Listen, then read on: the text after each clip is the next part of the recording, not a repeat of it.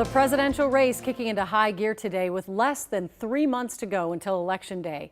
And just a few hours ago, the race ran right through Wisconsin, with Republicans and Democrats rallying voters in Eau Claire.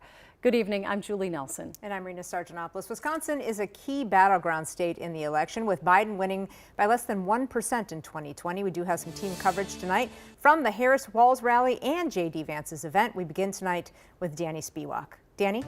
After Vice President Harris unveiled Governor Walz as her running mate at a rally in Philadelphia yesterday, they returned this afternoon to his home roots and his home territory, the Midwest, speaking here in Eau Claire, less than 100 miles from the Twin Cities. And actually, Walz joked with the audience today that he's finally a candidate who knows how to pronounce the name of the city, Eau Claire.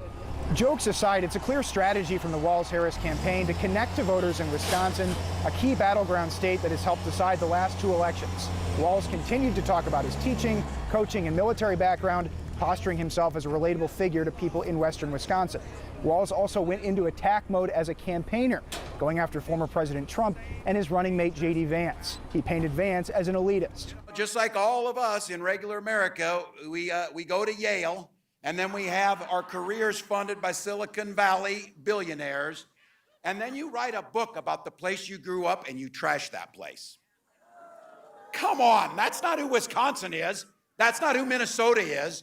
Then Walz turned things over to Vice President Kamala Harris. She largely tailored her message to western Wisconsin today on economic issues, with no discussion of foreign policy. I will take on Big Pharma and cap the cost of prescription drugs for all Americans, and continue to bring manufacturing jobs back to America and back to communities like Eau Claire. Throughout their speeches, both Harris and Walz used a theme of freedom to describe their stances on Democratic priorities like abortion rights and gun policy. We'll see how that theme plays out as they continue to tour several more battleground states this week. In Eau Claire, I'm Danny Spiewak, KARE 11 News. I'm Jennifer Hoff, just minutes from the Harris-Walz campaign event where Donald Trump's running mate, Senator J.D. Vance, spoke at Woolard International, an aviation equipment manufacturing company. Vance had first spent the morning campaigning in Michigan before appearing here in front of only local and national press and then the employees behind him. He spoke for several minutes before taking questions that ranged from combating addiction in Wisconsin to farm policies and whether he thinks he's weird, the now viral nickname Walz gave Republicans. Oftentimes his answers circled back to criticism about Harris for her open border policies, inflation, and crime.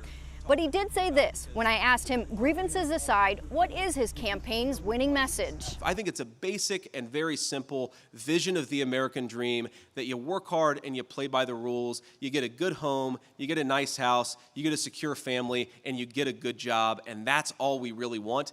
It's crazy to say, a lot of Americans feel like that's slipping away. Vance also agreed to debate Harris on Tuesday. He'll be in North Carolina now tomorrow as the two of them continue to rally in crucial battleground states.